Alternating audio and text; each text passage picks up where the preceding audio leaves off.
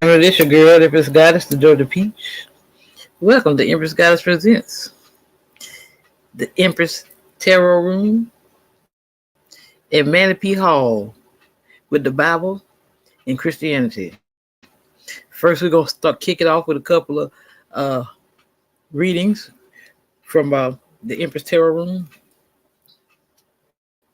I started listening to this Capricorn reading she just dropped about an hour ago, and she mentioned something about Scorpio. Plus, y'all know I'm a Scorpio North Node, so she said we had to watch Scorpio. So it's gonna be followed by a Scorpio reading. Then we'll end it up with my guy Manapee Hall. So let's get it.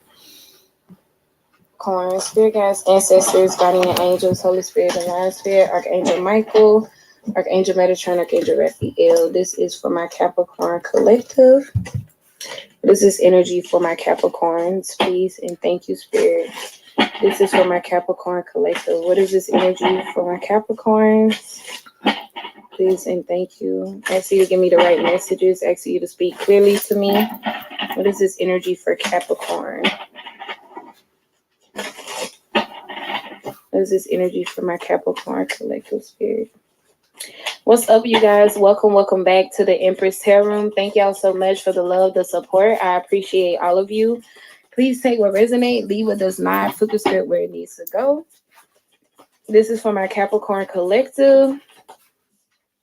Okay, this is the same energy for Virgo. Change your focus. Okay, so reach out, change your focus. Let's see what's going on with my Capricorns. If the message resonates, please give me a thumbs up. Okay, subscribe to the channel, y'all. Also, hit the notification bell so you'll be notified when I go live with your reading. Spirit, what is this energy? This is for my Capricorns. What is this energy for Cappies? Change your focus with reach out, y'all. What is this? Okay. Somebody need to shift their focus. This could be advice. Okay. Yeah. See, imprisonment. Somebody need to shift their focus. We got house and pathway. Somebody need to shift their focus. This is like a beginning of a relationship here. And they need to change their focus here because something was meant for them. This type of relationship was meant for them. So somebody is thinking like something is just too good to be true, but in actuality, it's not. Okay. The reason why this person feel this way is because like literally everything could be in a sense perfect, but we know nothing is perfect, right? But it's like, yeah, everything could be in a sense perfect, and this person is like, something wrong. You know how like you have so many good days in a row, and you be like, okay, what the fuck finna happen? Why is so much good stuff happening? It's that type of energy. Like this person is like, okay, what's really up with you? Like you just too good to be true. What's really up with you? Like what are you hiding? That's how this person is. But Spirit is telling this person they need to change their focus because this was meant for them. This person, this connection, this relationship, this was meant for them. Like they are well deserving of this connection here. Okay, whoever this is for. We got the Queen of Wands here. So you could be dealing with a Sagittarius. We got, heavy Sagittarius energy.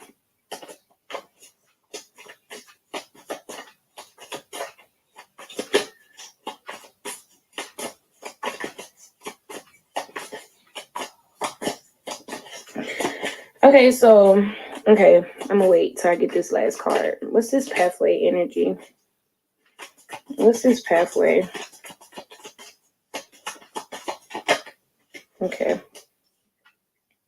Okay. So the message here for you is don't become your own blockage. Something was meant for you with Child here and Two of Pentacles. I feel like whatever this is, it could be love, it could be career, whatever. Take it how it resonates for you. But this gives me the energy of something was meant for you. And this is like someone is creating their own blockages because of what they are thinking, like the way that they are thinking. Imprisonment and Queen of Wands. And this could be a man or a woman, okay? Tarot has no gender. But with House and Temperance, yeah, like somebody wants a peaceful relationship, a equal give and take relationship, a healing relationship, like a partnership where they could heal their partner could heal them. It's like getting to know each other on a spiritual level to where the two bring balance in each other's lives. And I feel like they have this in front of them, but they don't see it. They don't see it this way. I think that was Scorpio reading. Okay, so Scorpio, so you may be dealing with Scorpio, or you may want to go check that reading out. But this person, you're not gonna believe, or you're not gonna see it until you believe it. Okay, so once again, don't become your own blockage. Shift your focus, change your focus here. Yeah, with lead and take the action to heal yourself. Don't wait on nobody to come and do something for you, because who gonna show up? Okay, it's like take the action to heal yourself so you can see it for what it is, and you can realize you deserve this. It's don't hold this energy of anger or resentment or anything like that. Okay, yeah. See the Ten of Pentacles here? I feel like this is what you could be manifesting with this House in Temperance. Okay, like somebody want a commitment of, they want a commitment where there is actual like love. Okay, there's actual trust. Okay, loyalty. This person want that, but in order for you to receive that, you got to change your focus. You got to get out of whatever whatever mindset you in, especially if you telling yourself something negative. You need to stop, because this could be like deep down inside you want to manifest that commitment. You really want that commitment, but because you telling yourself these negative things, you could be attracting people. With this 5 of Wands, you could be attracting people that's proving your point. But the thing is, you are speaking this into existence for yourself.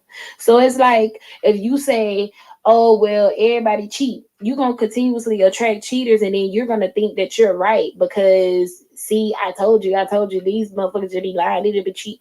You got to get out of that. Whoever I'm talking to, okay? You got to come up out of that. You got to believe that you got to believe that what you have to believe, whatever it is that you're looking for is out there. And a part of you like doing that, it comes from you healing yourself. Okay, the 4 of Swords to the Queen of Wands, and the 8 of Swords, which is imprisonment. Okay, yeah, there's a decision here. The 2 of Wands, you have a decision to make. Yes, 7 of Cups. And the 7 of Cups shows up with the Ace of Cups. That's what I'm saying.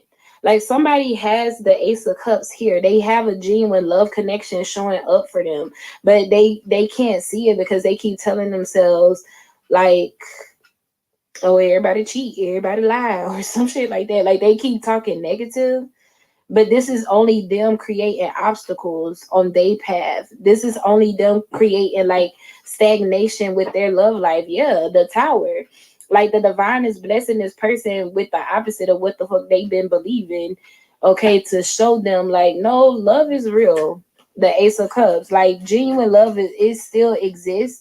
You just first have to give it to that's the key to it. You first have to give it to yourself. When you unlock that door of self-love and you start like literally holding yourself accountable, okay, instead of blaming people, when you bring that type of energy, that mindset into fruition for your life, then you are able to really point out like what's not for you. You know what I'm saying? Like where you meet somebody, you could just automatically know like, okay, you know, this not gonna work. You don't even love yourself. You don't respect yourself enough for me to respect you or for me to love you.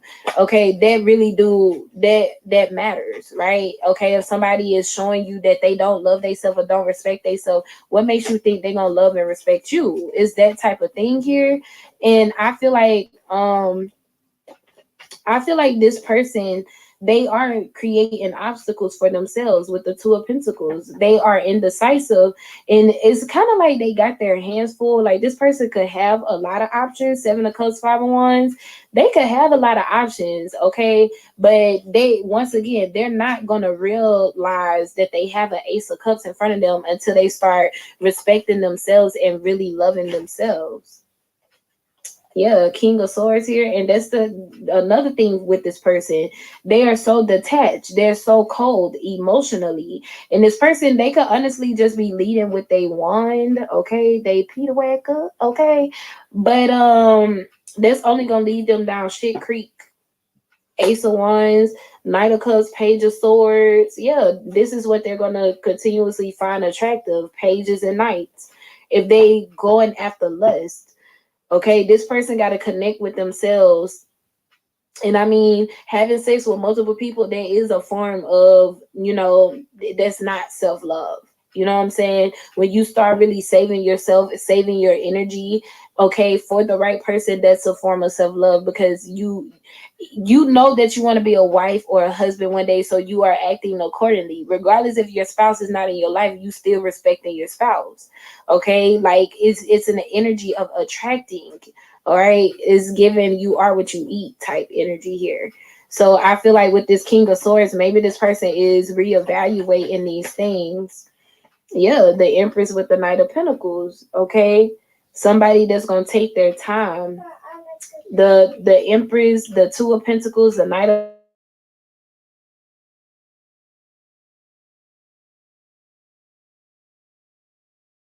this person is not gonna be like trying to force anything. Give me more on this Empress with the Knight of Pentacles, please.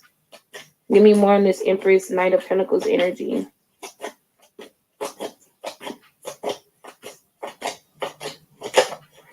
We got the Eight of Swords here. Yeah, I feel like somebody is all up in their mind about this Empress because of possibly past heartbreak. King of Wands, Three of Swords.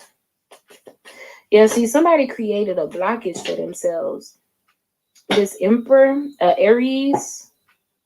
This person created a blockage for themselves because they didn't love themselves.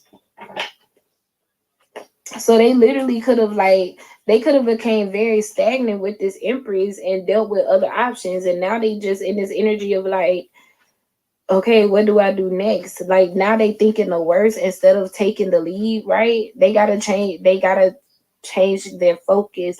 In order for them to take the lead, they would have to heal, like point blank period. Yeah, rest and reconsider whatever lifestyle this person was living. If they did have multiple options or whatever, they would have to cut all of this shit out. Six of Cups would reach out here. Okay, so this could be somebody from your past.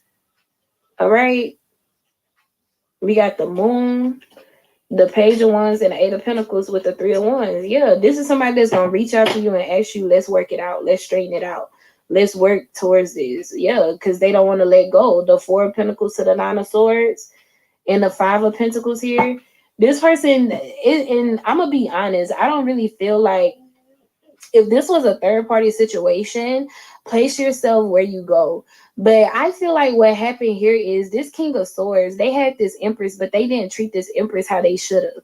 And with this Eight of Swords here, it's like now they stuck in their mind because they couldn't make up their mind in the beginning about who they wanted to be with. Two of Pentacles. They couldn't make up their mind about who they wanted to be with. And because of this, they could have chosen the wrong person. They could have went after lust. That Five of Wands, Ace of Wands, they could have went after lust instead of choosing like a balanced energy, a healing energy. And this person, they didn't see it this way because they were unhealed. Four of Swords, King of Swords. This person wasn't attached to, like they wasn't tapped into their emotions, to their heart chakra.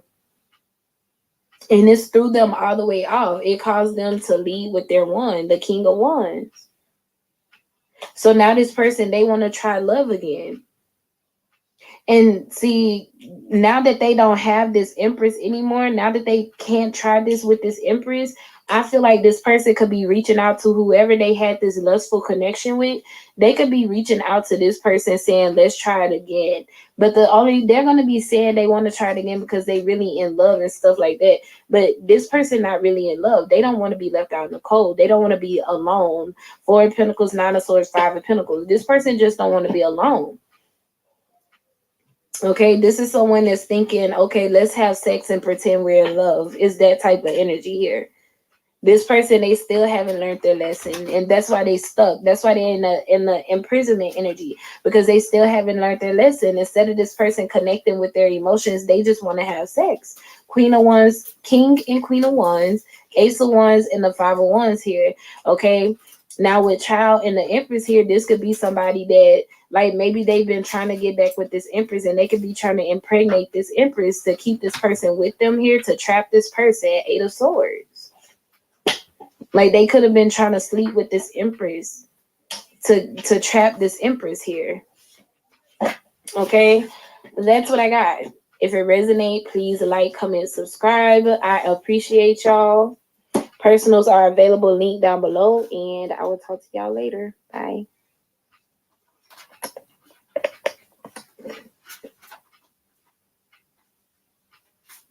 Angel Michael, Archangel Metatron, Archangel Raphael. Asking you to please protect my energy, protect my space, give me the right messages here. This is for Scorpio.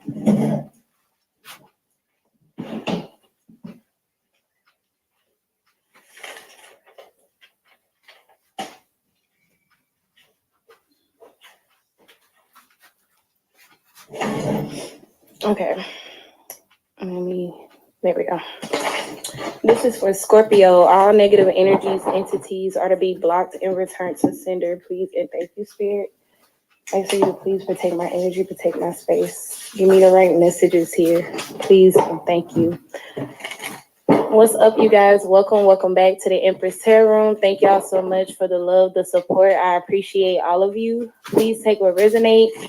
Leave what does not. Flip the script where it needs to go. This is for Scorpio. You can have Scorpio placements anywhere in your chart for this message to resonate with you. If the message resonates, please give me a thumbs up, subscribe to the channel. Personals are available. Link will be in the description box down below. Overall energy, we have share, the love, and detach at the bottom of the deck. So it's time for you to open up. It's time for you to share the love, okay? Basically, it's time for you to share the love and detach from whatever it is that's holding you back from doing so. Because why? Why would you keep yourself in a box due to whatever happened in your past? Never give, your ex the power, regardless if they in your life or not. Okay?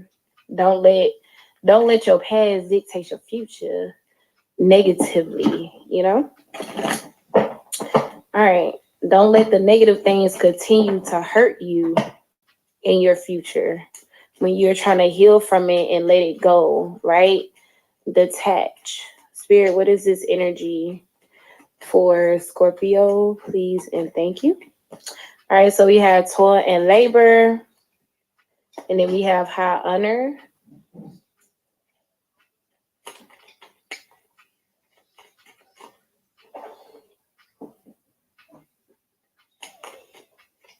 Spirit, what is this energy?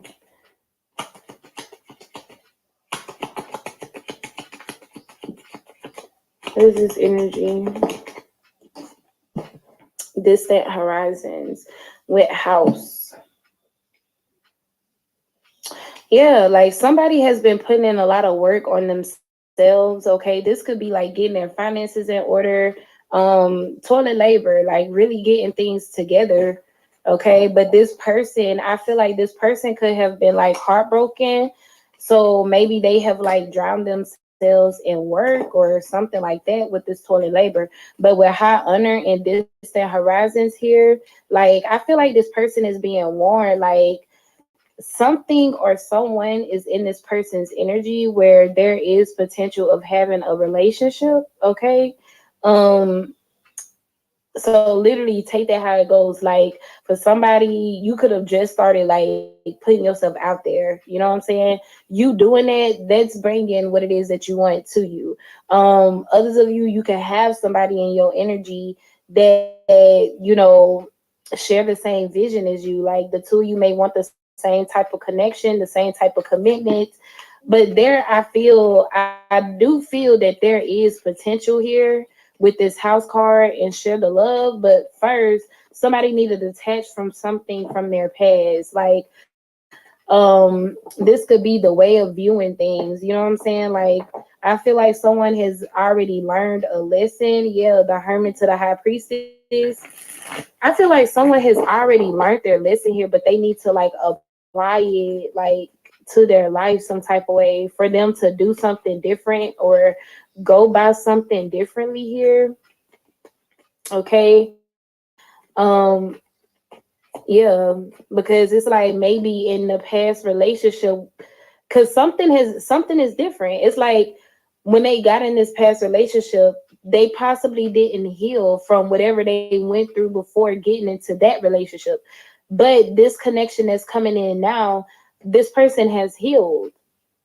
But it's like an energy of fear, and that's why this detached card is here, because it's something literally like it's easy to let go of. Okay, it's something here that's like easy to let go of. It should be, because I feel like it's coming from a healed space. Like somebody is in this energy of creating something new. Yeah, I feel like both parties have been asking for a potential, they've been asking for a potential person. Yes, but the way that someone is, yeah, look what's peeking out. Trust, right? It's like somebody needs to believe that they will find this. In order for them to see this, in order for them to recognize this, they have to first believe that they will find this. And this is when like the veil comes off. This is when you can see it for exactly what it is. I feel like with this toil and labor and Eight of Pentacles here, yeah, the more this person work on themselves, and they not only work on themselves, but Knight of Wands. Okay, at first I wasn't gonna pick this card up, but the Knight of Wands with the Five of Wands, yeah, it's like this person, yeah, this is an energy of falling. Okay, the Fool with the Knight of Wands. Maybe this person was thinking this was just gonna be like, you know, a sexual thing, but it's more than that. Okay, sex could be what opens the door for some of you guys between you and this person, but it's definitely more than that. Page of Pentacles in the reverse, yeah. See, this person needs to trust that this is what is going to come from this, because if they trust that this is a positive seed, then therefore it would be a positive seed. Okay, one person here could be thinking positively of the connection, and the other person could be in the energy of like, well, maybe it's not so, but that's exactly what it is.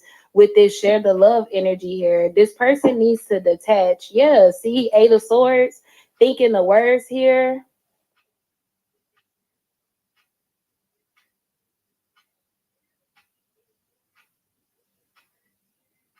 Okay, so this person, they with the Eight of Swords here, they need to mentally like let go of something. I feel like this person is trapping themselves in this box. Okay, this person, yeah, see, because it is like share the love with the Ace of Cups. This person needs to trust that this is bringing them what they want, and I understand why they feel the way that they do, but nobody is holding this person back from this Ace of Cups but they self. This is literally an energy of them, like they have to plant the right seed. That's what this Page of Pentacles in the reverse is. And it's like this is like a warning. So if this person is watching, this would be a warning for them, as far as like, think positively. Like stop putting the negative energy out there, as in like, I never find love again, or it's not out there. Nine of Wands, yeah, like wounded warrior.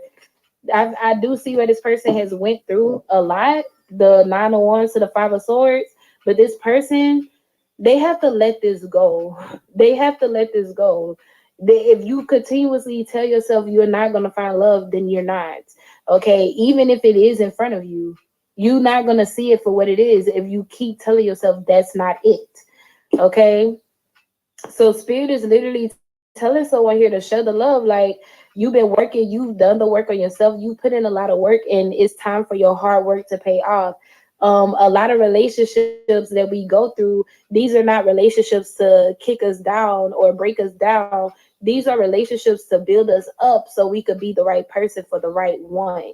And I feel like this is that situation. Instead of this person seeing it from a higher perspective and seeing it from a positive perspective, this is someone that's telling themselves, I would never find it.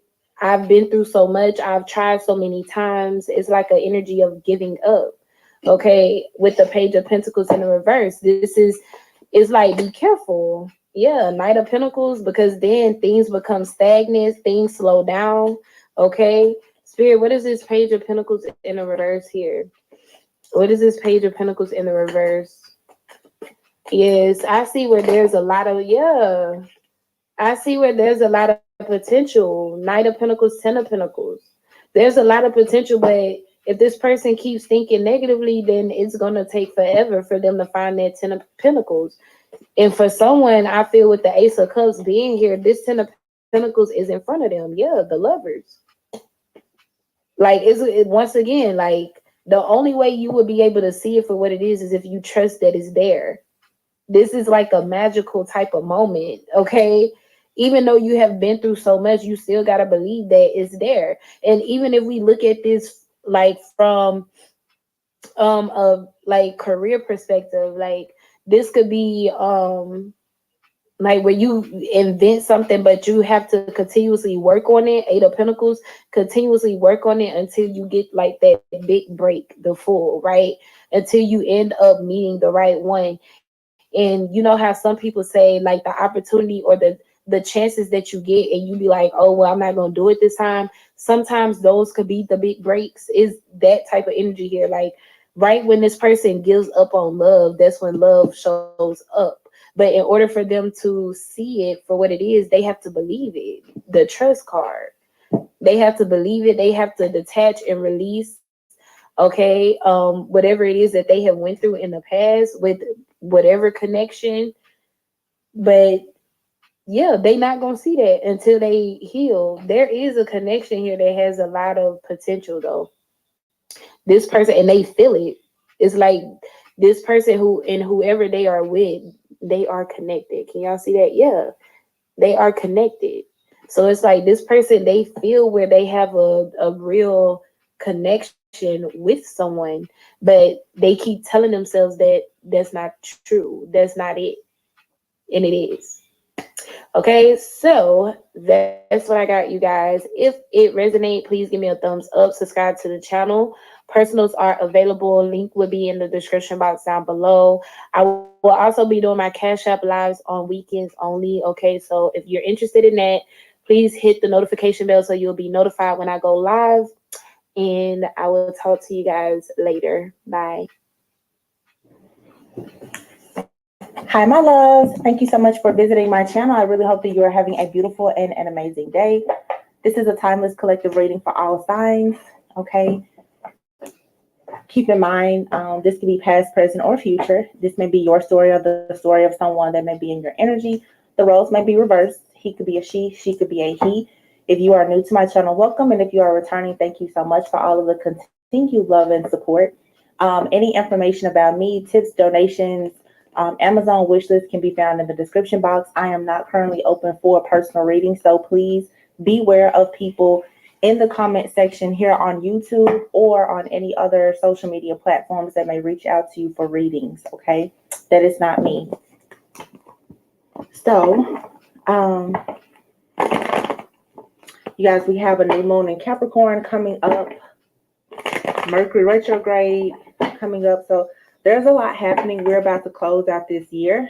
And before I get into the reading, I really just want to put an encouraging message out because I see it happening. I've been receiving a lot of downloads, but I've honestly been just kind of resting resting myself, allowing downloads to come in. But I'm on the journey with everyone else as well, and just trying to really see, hear, and understand what's happening. Many people right now, you're about to have like the real fight of your life. Okay. A few weeks ago, I kept hearing, and I even saw like the nightmare before Christmas. It may feel like you're experiencing a nightmare before Christmas right now.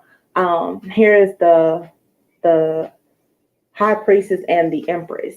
Okay, some of you are in this very, very intuitive, divine, feminine like energy right now, and you're needing to pay very close attention to your intuition, to your dreams, the signs, the symbols, the synchronicities, and everything else, and really, really stand on what you are receiving and trust it. I said several weeks ago that around this time, there will be a lot of different illusions. A lot of people during this time of the year, like most holidays, there's a lot of rituals and things that are being done. This happens to be, like I said, the last new moon of the year. So when it comes to your manifestations, you need to be really, really certain about what you're trying to manifest. But a lot of people are going into, I keep saying like this, God consciousness. You're being prepared for kingdom life. Okay.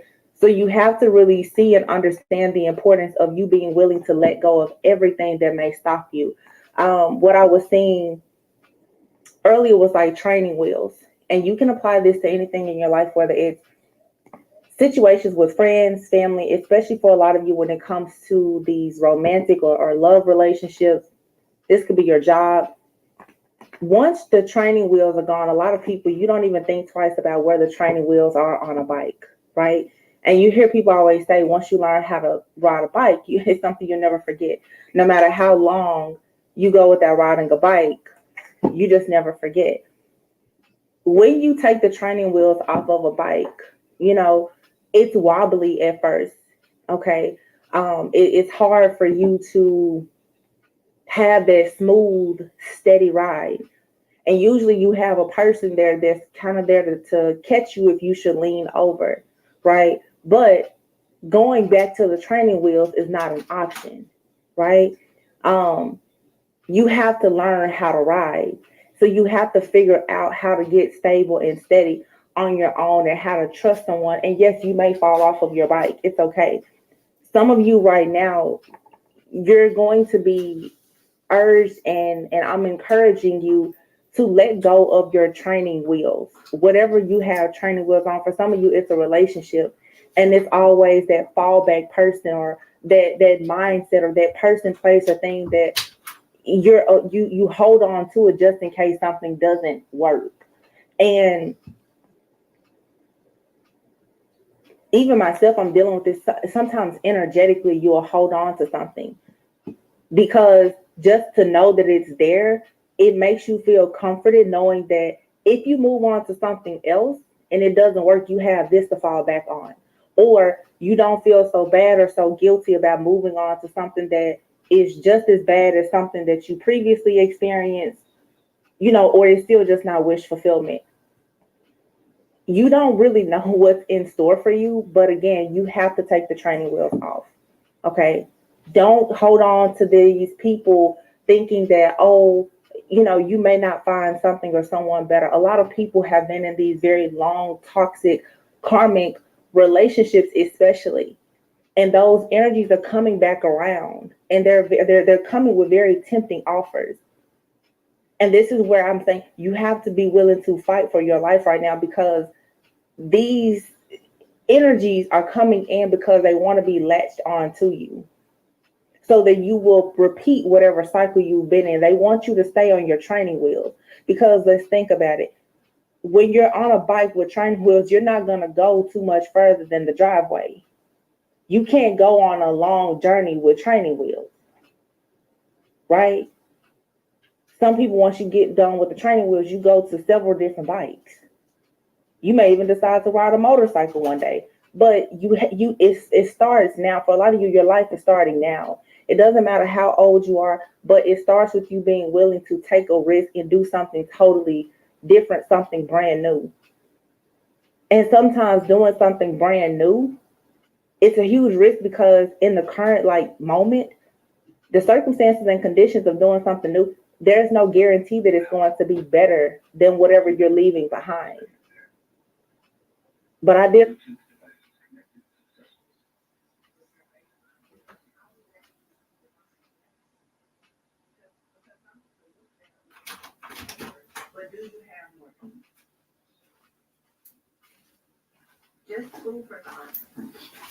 Hold tight, y'all.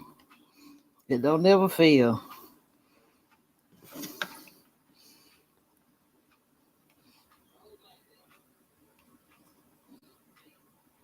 I hadn't had that other Bluetooth on all day. I said I was gonna cut it on.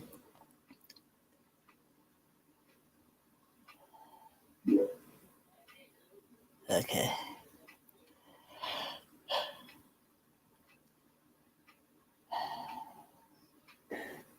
Six of Cups, Ace of Cups. Consciousness. You're being prepared for kingdom life. Okay. So you have to really see and understand the importance of you being willing to let go of everything that may stop you.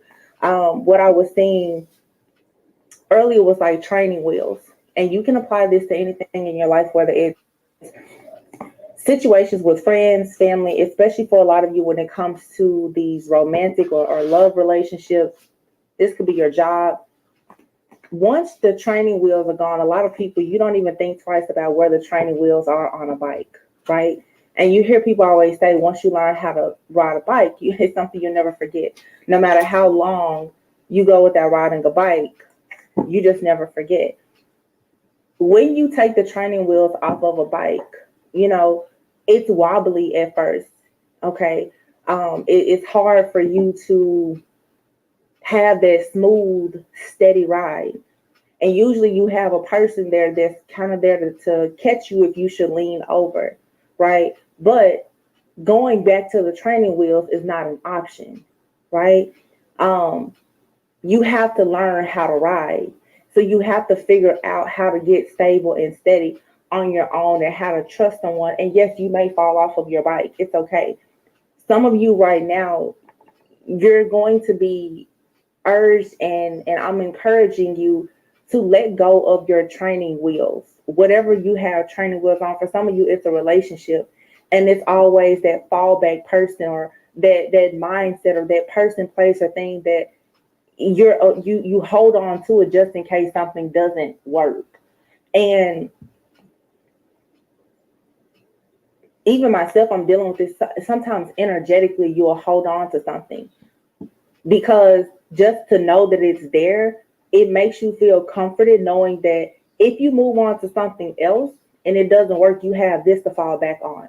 Or you don't feel so bad or so guilty about moving on to something that is just as bad as something that you previously experienced, or it's still just not wish fulfillment. You don't really know what's in store for you, but again, you have to take the training wheels off. Okay.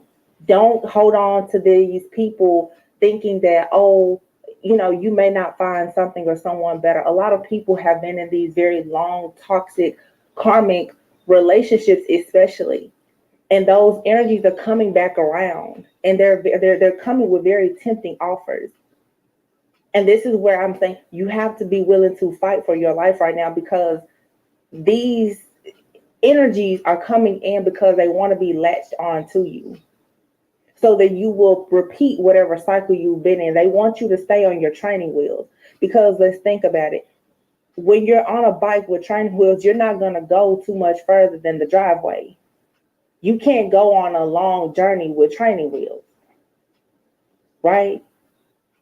Some people, once you get done with the training wheels, you go to several different bikes. You may even decide to ride a motorcycle one day, but it starts now. For a lot of you, your life is starting now. It doesn't matter how old you are, but it starts with you being willing to take a risk and do something totally different, something brand new. And sometimes doing something brand new, it's a huge risk, because in the current moment, the circumstances and conditions of doing something new, there's no guarantee that it's going to be better than whatever you're leaving behind. But I did a reading about this not long ago where I said it's time for you to change what your baseline is. How exactly do you define better? Because something could look better or it may be more, but do you have more peace? Just food for thought. Look at that. Cut in the deck. Six of Cups, Ace of Cups. You guys definitely have situations from the past when that you have a strong emotional attachment to, and it's keeping you in this state of instability. Two of Pentacles, you're juggling. You can't find that equilibrium. You're still holding on to the training wheels. Some of you, there's a person in your life or people in your life, you're their fallback. And you have to decide that you're no longer going to be the fallback. You're not going to play second best. You're not going to be the one that shows up for everyone. And yet you can never show up for yourself. And this is going to be very difficult. You're receiving some type of news, an offer, communication. There's confirmation, though, of some type of good news coming in. But you do have to make a choice here. And there's a reckoning happening. And it's taking you into a very positive new direction here. It's taking you towards everything that you've manifested, everything that you worked so hard for. Some of you, this is you working very hard to have love, self-love. You want to be loved by other people and you want to love someone else. Security and stability, the divine feminine, you guys, you're coming out very, very strong right now. Divine feminine could be male or female, but you're abundant. Being stable, being secure, you're receiving some type of good news here, and it's going to make you extremely happy. It's like you're really going to be receiving like the ultimate wish fulfillment here. But I'm telling you, by the time you get to the finish line here, you're gonna feel like you've been drugged. Like that may be how you feel now. Like, wow. Right now, some of you guys, as these tower moments happen, you need to make sure don't let anything knock you off your square right now. You go around your family for Christmas, if they didn't buy you gifts, or if there's fussing, fighting, arguments, or somebody looks at you wrong, says the wrong thing, whatever, let everything just roll off because it doesn't matter.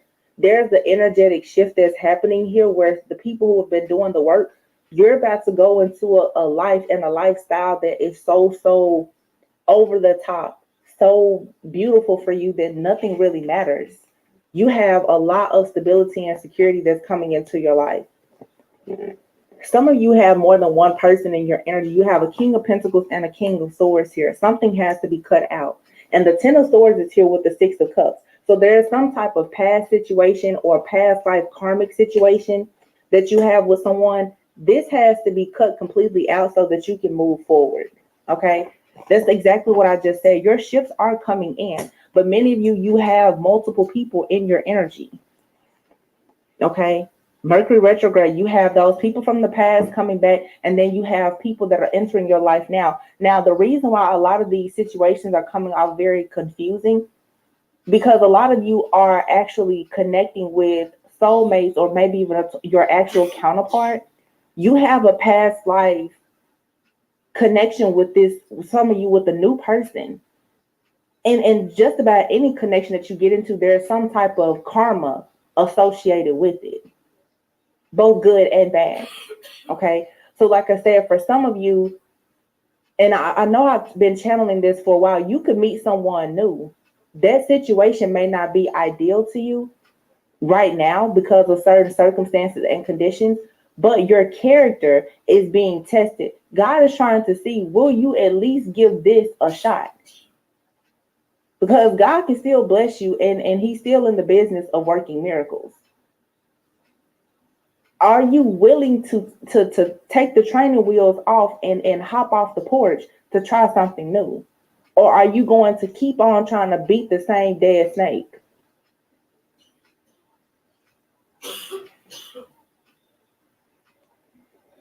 There's good news coming in. Somebody wants to make you some type of offer. It could be small, but it's something that can grow. But for some of you too, you're being prepared for marriage, commitment, businesses, things like that. There's certain aspects of your life that are just completely over. It has to be null and void. I've talked about for some people being called to go into these very high level, like soulmate, twin flame partnerships. your energy cannot be shared with someone else's. So if you're still holding on to exes, or you're still allowing exes to hold on to you, there's going to be a big problem. Some of you, you have a lot of past, uh, like karmic soulmates. You cannot actually go into a union with a twin flame until you let go of all of those past karmic soulmates. Some of you, you may be deciding to detox your body, detox from social media. Maybe you want to start your social media page over. Just really, I mean, doing a full reset. And it's necessary, because for a lot of people, you're going to have to prove to the divine that you truly are ready to move forward towards love. And this is new love. Ace of Cups. It's new love. Three of Cups. Some of you can meet someone while you're out celebrating, but you have friends and family members and a whole new soul family or tribe of people who have the same thoughts and beliefs as you. There's equal give and take. They pour into you just as you pour into them, spiritually, emotionally, energetically. These are not one-sided connections. And this is what a lot of you need at this point. The Queen of Cups and the Ten of Cups. You actually need to be in a place, in a position where you are loved and cared for. This is what you've been investing in. However, you have to stop trying to force this type of energy or connection with people who just do not have this to offer. I feel like a lot of people from the past are about to try and I'm telling you, they're going to put their best foot forward. And I try to say this because energy is energy. It could be past, present, or future. It's fluid. You could have people from your past who come back, and they could be in a new energy. You have to discern that for yourself. A lot of people, you will know that they're presenting themselves to you again, but the energy is no different. And these people, they want to cast these different spells and illusions to make you think that you can never, ever have anything better. And I feel that God is really trying to get a message across that no, try something new. Because the thing about this, you guys, is if you try something new or try someone new and it doesn't work out, if anything from your past is for you, it will present itself to you again. It'll keep presenting itself to you if it's truly meant for you. But some of you need to ask, have you allowed yourself to try anything different? Have you decided to choose happiness instead of being angry? Have you decided to really, really put your all into dating somebody new? Or are you still waiting on this person that you consider to be your twin flame or soulmate? Like, have you actually taken a ride without the training wheels? Like, really just going all in? Because this energy that's coming in for you, is all of this is very beautiful. And it's like all you have to do is surrender. All you have to do is let go of this person, this place, this thing, or this mindset. That's all you have to do. It's like all you really have to do is say yes. The contract is there in front of you. All you have to do now is sign on the dotted line. That's it. There's a new life here for you if you want it. But I can see there's fear. What if this doesn't work out? If it doesn't work out, you go back to the table. Your strongest negotiation tool is you being able to walk away. Some people, you have people from your past, they won't offer you what you want. You keep going through negotiations with this person, this job, or this friend or family member. Walk away. Walk away and mean it. They're either going to come back with a better offer, or you'll be on your way to the next offer. This Mercury retrograde and this new moon is going to force you to really make permanent decisions in your life. If you truly want the sun, justice, if you truly want for things to be balanced in your life, if you truly want your karmic justice, joy, happiness, fulfillment, that new start, you have to be willing to make this decision. And you're going to have to be willing to turn some things down, because if you don't turn some things down or turn some people away, you're going to continue to be on this track of missed opportunities. There is something or someone or several things for some of you that's blocking you. And you all know what that is. For some of you, it's the job. For some of you, it's the husband, it's a wife, it's a spouse, it's the person that you're co-parenting with. It could be your one of your parents. It's a friend, it's a family member. There is something that you know, time and time again, you keep going back to it. Or even if you're not physically going back to it, your mind still allows you to go back to, well, I wonder if this. That person in your mind that you always think, well, if it doesn't work out with this person, I know I can always fall back. You have to give up this plan B. Because God is saying, for me to give you everything that I'm intending to give you now, you have to put all your faith and trust in the Most High. And when you put all of your faith and trust in yourself or in God, there doesn't have to be a plan B. Because you're saying, when I make this decision, this is what is going to work. And it looks good. But it's something or some things that you cannot take with you. Yeah, look at that. 8 of Wands, 4 of Wands, and the Sun.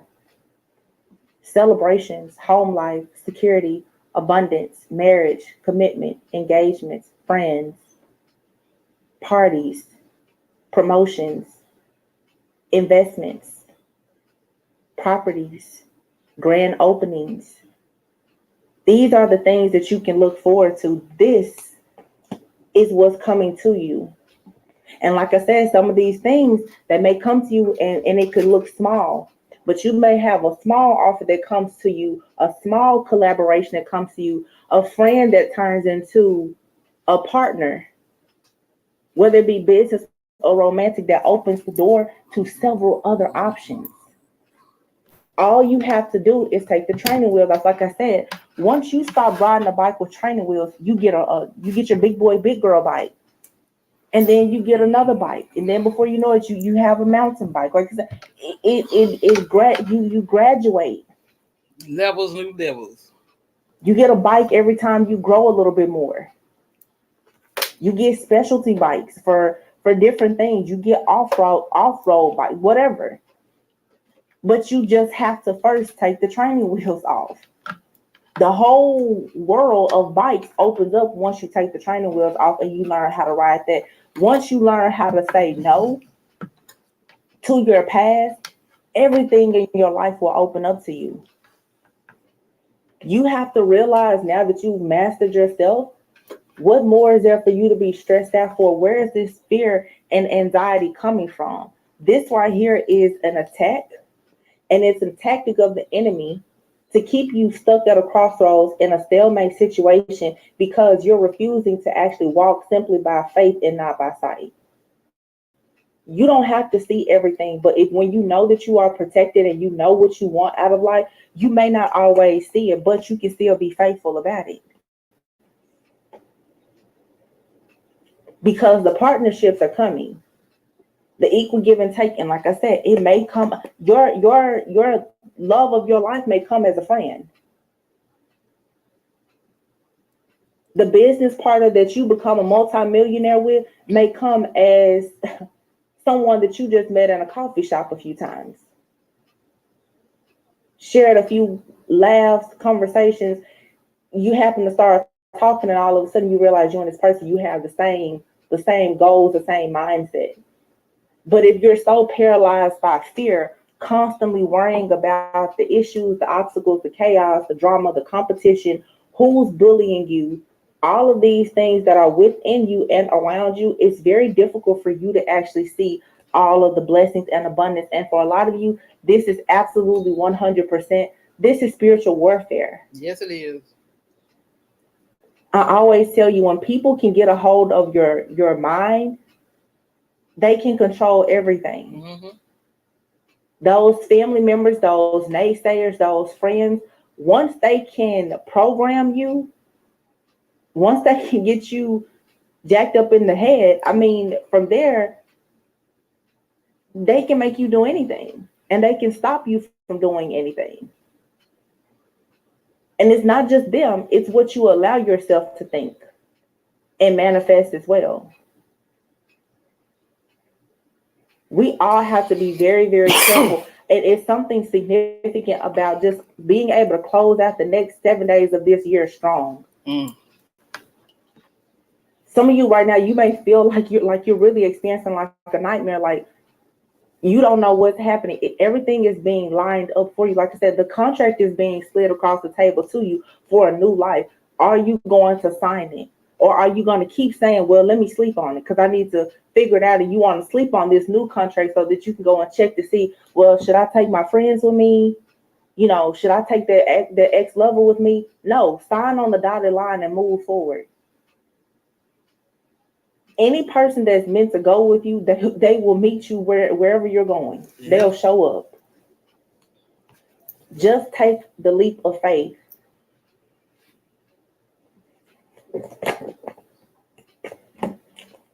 Bunch of cards fell out. Yeah, Two of Pentacles. Look at this. Instability. Seven of Wands. It's the fight of your life here. You're protected, but just because you're protected doesn't mean you don't have to still fight. That doesn't mean you don't still have to stand up for what you believe in. And you have to stand up to whatever this is that has this mental blockage, the programming, the false beliefs, the distorted perception about life, love, and everything else. And you not understanding for yourself truly what wish fulfillment is. For some of you, you haven't been very honest with yourself about what's wish fulfillment for you. What does it truly mean? What does love and success look like to you?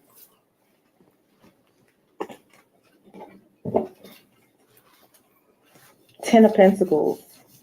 Strength. Yeah.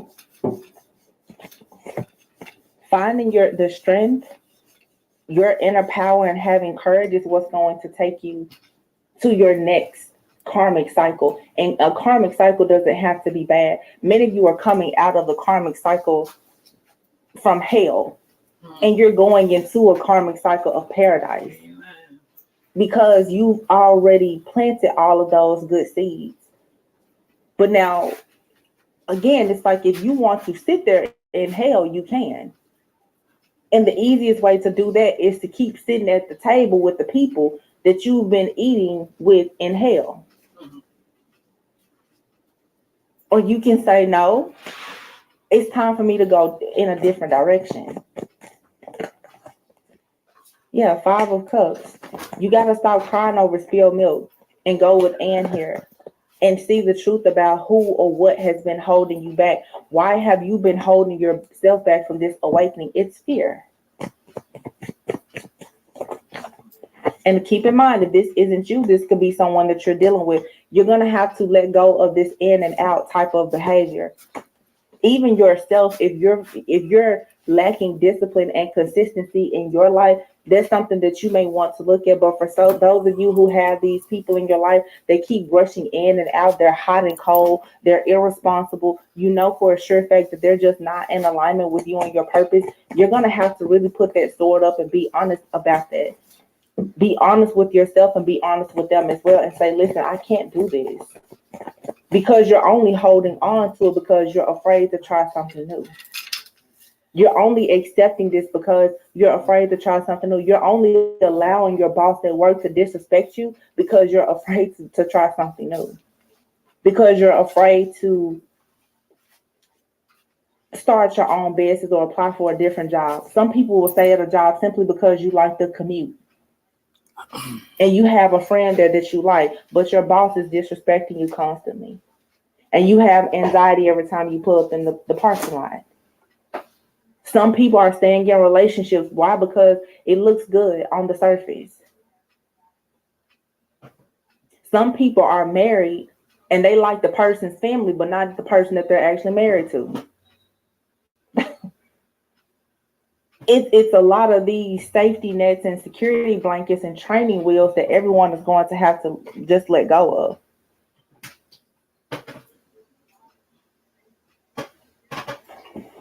You have to now make a decision to move in a different direction. Walk away from all that just doesn't serve you. You have to walk away from things that are not emotionally fulfilling and go on a new journey, a journey where you know that you have access to the world at large, and you're not limited. Yeah, judgment. This karmic cycle that you've been in, you need to look at this with compassion and see that people have come into your life with a plan to hurt you, to harm you, to destroy you in some way. They were working for the devil. This was to get you out of a cycle of being codependent, so that you will learn to not be toxic, so that you will know to have more worth, more self-worth and value and love for yourself. So when you think about these situations, instead of being so mad and angry about them, give thanks to the Most High, because you learned a lesson. You learned all that you were supposed to learn in all of this heartache, this pain, this turmoil, this cycle of hell that's now taking you to a new cycle full of paradise. You had to go through this to get, pretty much like to earn your stripes.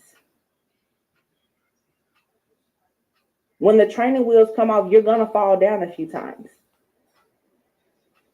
You may get a scratch or two, but eventually you'll be riding people on the back of your bike. Eventually you'll be riding outside of the neighborhood, right? Eventually you'll be riding your bike everywhere. There's no place that you can't take your bike. But the things that you can do on a bike with no training wheels, you will never do it with training wheels. You're going to have to let yourself out. Drop the burdens and decide that you're going to win by any means necessary. And this is a decision that you have to make quickly. Quickly. There's no more delays here. This page of pentacles here, there's an offer, an opportunity that's being presented to you. It'll sit right there in your lap when you simply just make the decision. I'm ready for it. You have this Temperance angel in the background. Look, the Temperance angel is saying, I'll put an end to everything so that you can move forward towards the Ace of Pentacles. But you're going to have to put in some work with the divine, with the Most High, with your angels, your guides, and your ancestors to get this done if you want this type of victory and success. And this new moon is the time to do it. The new moon is a time for you to dig deep with this Page of Swords. Really assess and evaluate what you're doing. Do the research to see what exactly is that wound that you keep on trying to clean up around it. You're gonna have to irrigate that wound this time. Like, really get in there and have the confidence to say, I really do want my wish fulfillment now. That's where many people are right now.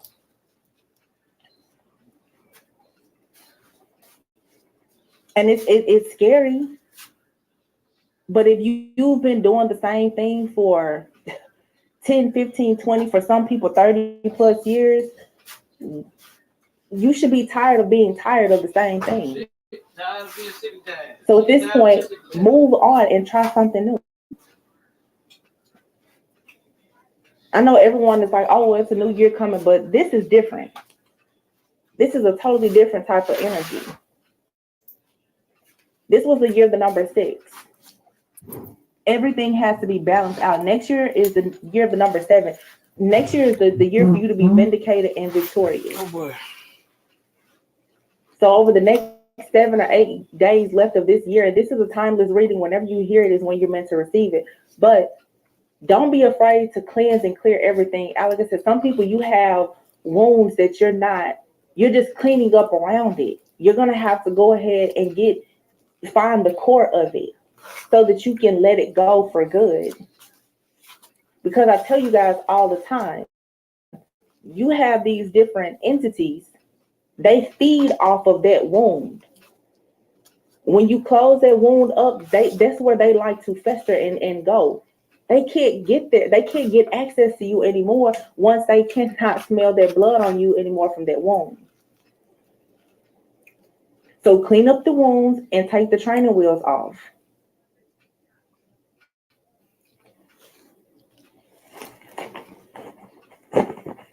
I just feel like a lot of people right now are most likely being attacked. I feel that strongly. But this is different because these attacks, it's an attack of the mind, you know? Um, things seem okay one day and then the next day it's this up and down energy. Look, the magician and the emperor. Now, on one side, there's a magician. You are manifesting an emperor. You're manifesting a lot of security and stability as the emperor, whether male or female. Okay.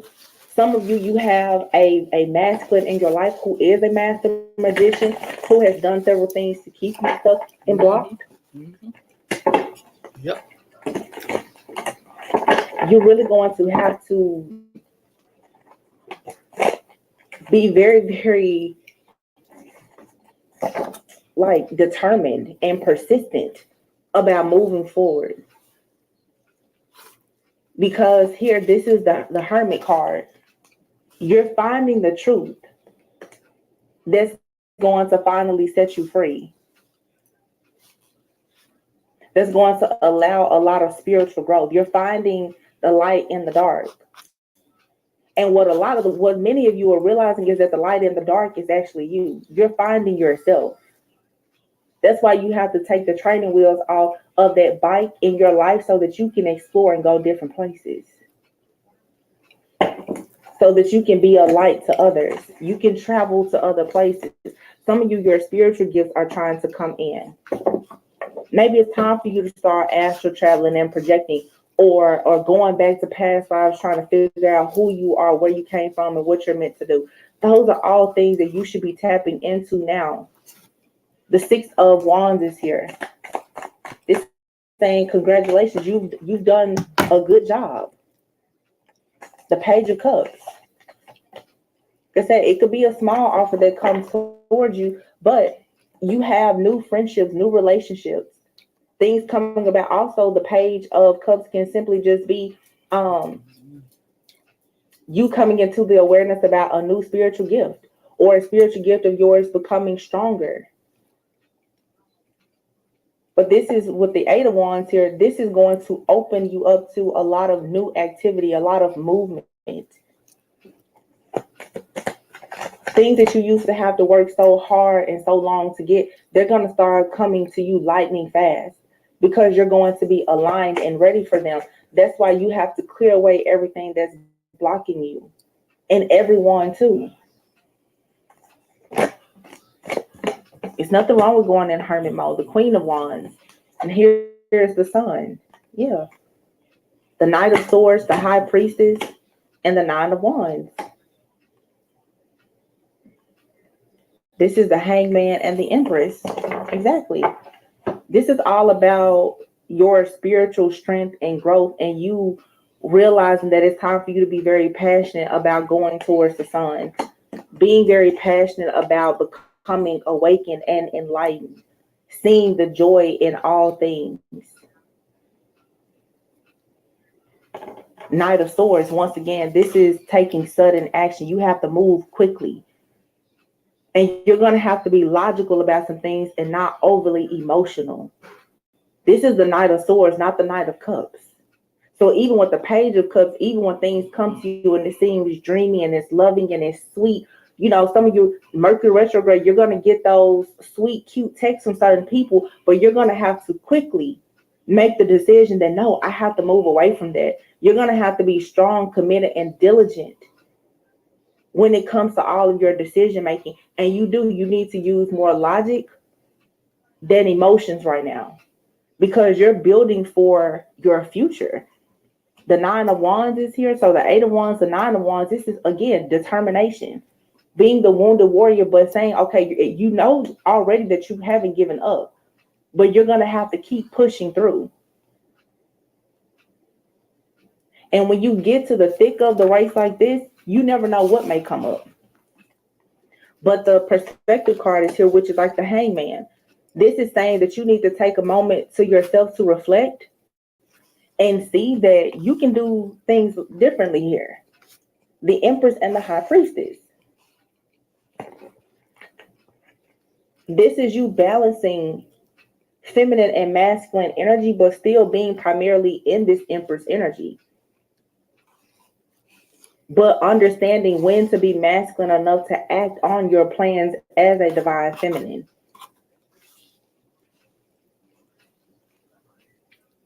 You're very creative, but it's like, yeah, it's definitely like a merge, like that temperance energy, like fire and air, or not but it's alchemy. It's earth and water. It's when to be grounded. Also, for a lot of people too, this goes back to, as I've been saying, the duality here. It's really great to be a divine being, but we still live in a 3D reality.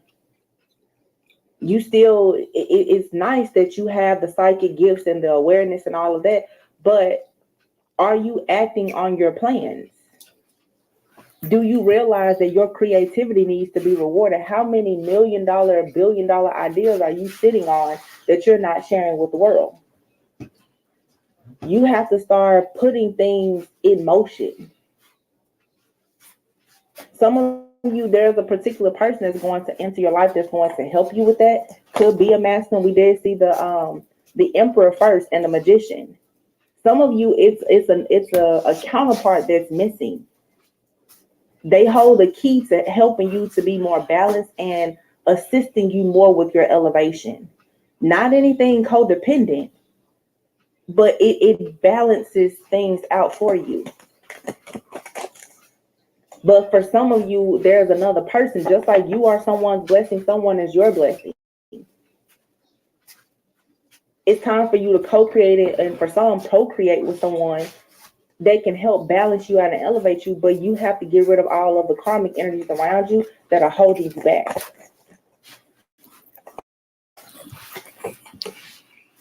Yeah, the Knight of Wands. Again, another card of action. And the Nine of Swords almost came out. Yeah, here's the World. And here's the Ace of Wands. You have to oh my goodness. The Ace of Wands, the Ace of Cups, and the Ace of Swords. That's 3 aces with the World here. So something here is ending, okay? Or it has ended. Something is coming full circle. And you have passion, love, and a major breakthrough here. The only ace that's not here is the Ace of Pentacles.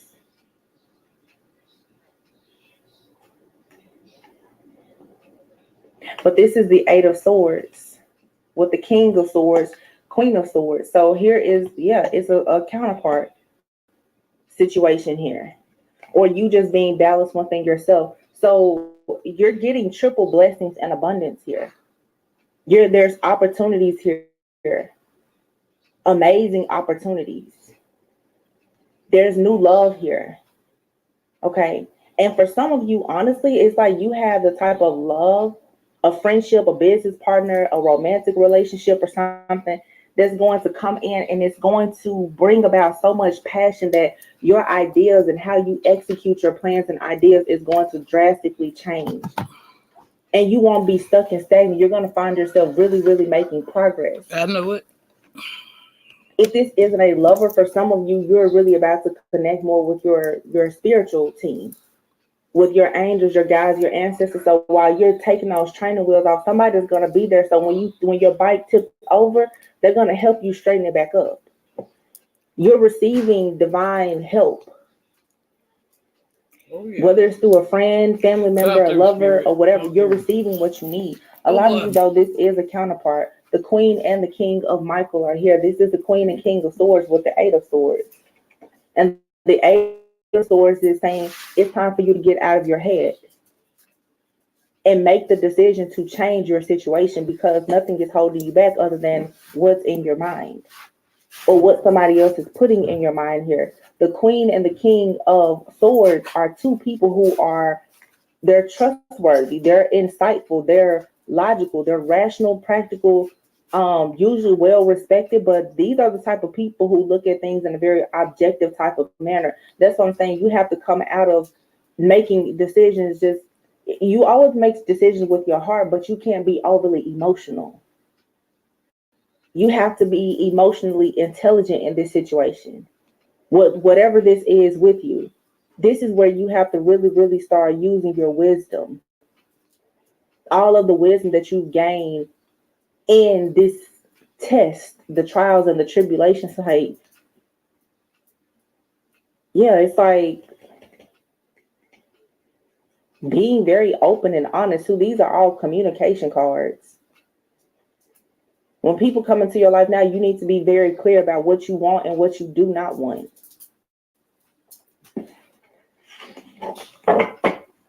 Some of you too, because this card, the Queen of Swords, it says now is a time to focus on your career rather than relationships. So for some of you, you know, it's a time for you right now to focus on your career or your business or healing and other things, and allow yourself to actually heal from whatever cycle you're coming out of. Because some of you, you've done a lot of healing work, but like I said, the core of that wound is still there. You haven't gotten in there and irrigated that wound. You're going to have to get the core of that, whatever that is, completely out.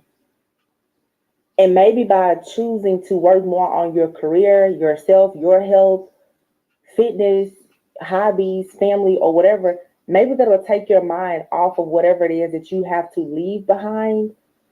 And when you least expect it, someone who is your match will come in. Someone who is just as ambitious and, you know, they have the same principles as you. Yeah, the Nine of Swords. This is unnecessary doubt, fear, and anxiety. This is still carrying the regrets. Five of Cups. Yeah, carrying the regret of a situation that left you disappointed, instead of seeing that everything happens for a reason. That job, that relationship, friendship, or whatever that ended, it ended for a reason. And even if you don't fully understand the reason, you need to accept it for what it is now. And stop giving it the power to hurt you, and keep training wheels instead of, you know, riding your big girl, big boy bike. Because the Four of Wands is here. And the Tower. And this card actually says change your life. With the Four of Wands, your life is changing. And here is Justice. Your life is changing.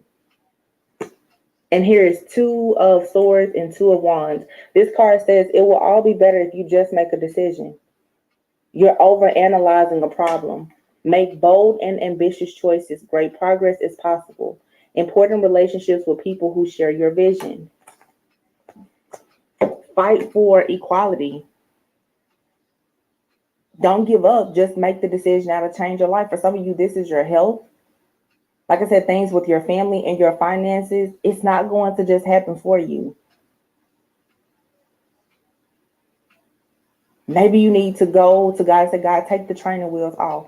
Just like kids. Eventually, they see the big kids riding their bike and they go and they tell mom, dad, or whomever, take the training wheels off. You have to make that decision.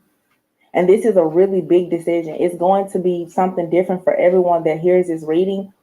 But there is a decision that must be made. And it's simply a decision for you to be willing to move into something new.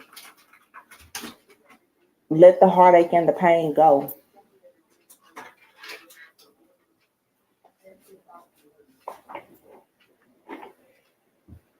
I'm actually going to leave it here, you guys, because I feel like this is a reading that a lot of people, you can sit back and really reflect on what it is that you know you are kind of stuck on. And for all of us, it's several different things. Just take some time to reflect on that, okay? Because I'm telling you, even now, you may find yourself very, very triggered because you have a lot of outside influences and forces that are trying to attack you and work against you to make you, you know, keep the training wheels on. But you're going to have to really just break away from that. and you'll know what it is. Okay. So, oh, you know what? I tell you what. This I love these cards. They're called the Power Thought cards. I never use these on the channel.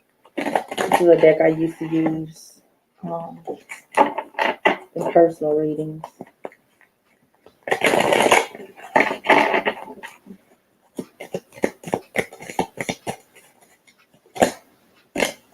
Okay, so it says, the universe totally supports every thought I choose to think and believe. I have unlimited choices about what I think. I choose balance, harmony, and peace, and I express it in my life. It says, every thought I think is creating my future. So, yeah, that's what I'm saying. Getting a hold of your mind, not allowing the projections or the illusions to affect you. You're going to really have to get control and power over your mind and your own thoughts so that other people's thoughts don't affect you anymore, or their projections towards you and your mind. It says, I begin now, today, to open myself to ever increasing prosperity.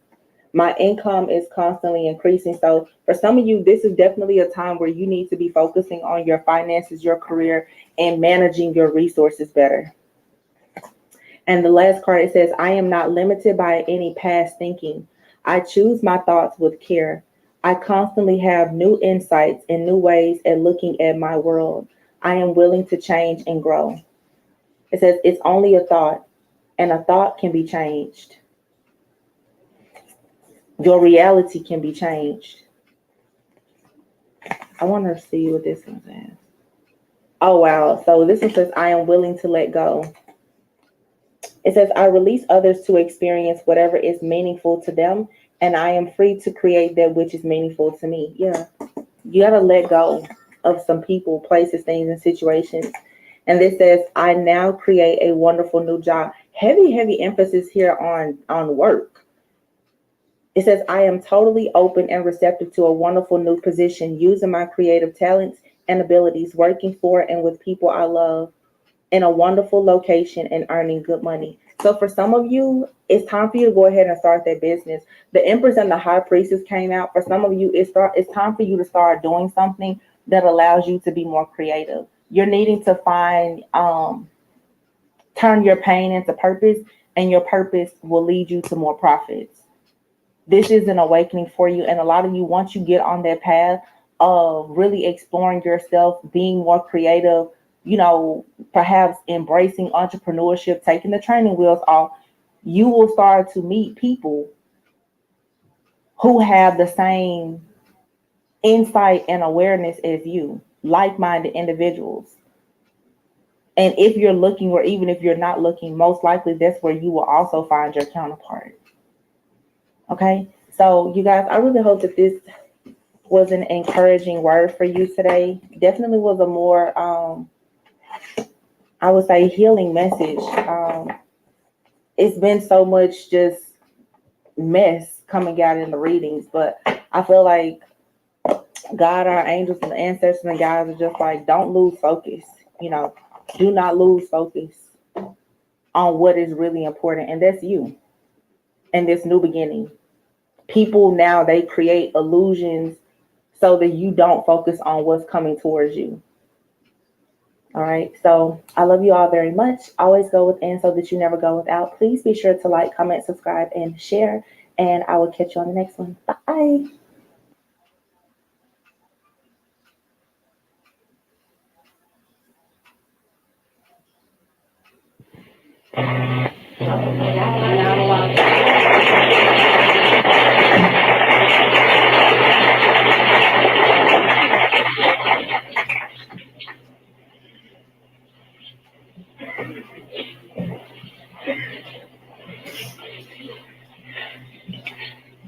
I think the discussion of the morning is appropriate to this season of the year. For while it is not essentially a devotional talk, it, I think, gives us some new dimensions and new recognitions of values in the descent of the Christian tradition. And in order to summarize the situation, we will make an outline of the problems involved, but it is impossible in the time available to study the matter in depth. All we can do is mention a few of the outstanding circumstances. Up to the beginning of the 4th century, the Christian faith was very largely distributed in rural districts, in desert regions, and the churches and communions were isolated from each other. Most of the members of these groups were illiterate, and there was no actual organization or integration of what might be termed the basic doctrine. As 300 years nearly had passed, the isolated regions had developed not only their own peculiar viewpoints, but had already passed through several generations of conformity. The opinions of certain leading minds in these areas became orthodox and were perpetuated generation after generation. But in the different areas, these doctrines were not identical, and in many cases, not even similar. Each had its own interpretations, each had a combination of tradition and, we might say, romanticism. And the situation drifted along like this until an important occurrence took place, which was to change the whole shape of Christendom. In Alexandria in Egypt, which incidentally was the seat of the first seminary for the instruction of Christian priests, in Alexandria there was a very pious man by the name of Arius. This man differed from the prevailing doctrine of the Alexandrian synods. He decided that he could not conform with the teachings of the presiding bishop of Alexandria, whose name incidentally was Alexander. The bishop and Arius got into very serious conflict, and time went on and there was considerable partisanism. Some of the bishops agreed with Arius, and this caused further consternation and discomfort to the presiding patriarch bishop. So, finally, he called a synod in Alexandria, in which about 100 bishops and other leaders of the communities gathered and officially excommunicated Arius. The debate was largely concerning the essential nature of Christ. The problem was that Arius believed that Christ was a spirit that overshadowed and entered into the life or body of Jesus at the baptism. Alexander took an entirely different point of view and declared that in Jesus Christ, God himself as a person, personally incarnated. Well, it was an abstract problem and was one of many that have arisen in the descent of the faith. But in any event, Arius was excommunicated, anathematized, declared to be a heretic and a traitor, and an incarnation of the Antichrist. This might have been all right in a sense, as far as Alexander was concerned, but he had made one serious mistake. He had brought a very major controversy into public consideration. The story went all through the various Christian communities and seems to have inspired a series of other schismatic groups rising up with their own interpretations of these difficult subjects. Gradually, the Roman Empire became involved in a major dispute which threatened to break out into physical violence. In 313 AD, the Roman Emperor, Constantine the Great, had issued an edict to protect the Christians. There was to be freedom of belief within his domains. This was all right until this particular problem arose, and it looked as though the Christian community was going to be involved in a civil war, persecution, and other difficulties. Constantine, therefore, sent messages to both Arius and Alexander asking them to reconcile their differences. They refused. He tried in every way possible to use his royal authority, but this was totally rejected. So after due consideration, possibly with the assistance of his secretary, a Christian convert of Eusebius by name, he hit upon a plan. He was going to call the entire Christian world together in one great council to declare and decide upon what they all could agree upon. The result was the convening in 325 AD of the great Council of Nicaea. This council, which met in what is now a Turkish town, brought together about 600 bishops, presbyters, and their attendants and associates. Constantine entertained them all at his own expense, gave them living quarters and everything necessary, and appointed Eusebius as the secretary of the council. This seemingly was met with a certain amount of obedience, though not with too much enthusiasm, by most of the representatives of the various churches.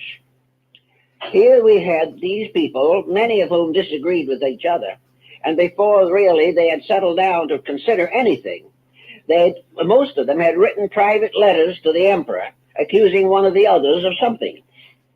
This was a little difficult, but the emperor was rather able to handle the situation with imperial dignity. He burned all the letters. Having disposed of this situation, he convened the council in person. Now, it is probable that while most of those present had no interest in the emperor whatever, and did not care what he thought, there was one situation they couldn't entirely neglect. He had the power to be very difficult if they insisted on irritating him. So finally the council settled down. The principal recorder of the council was Eusebius, and unfortunately he had very little to say.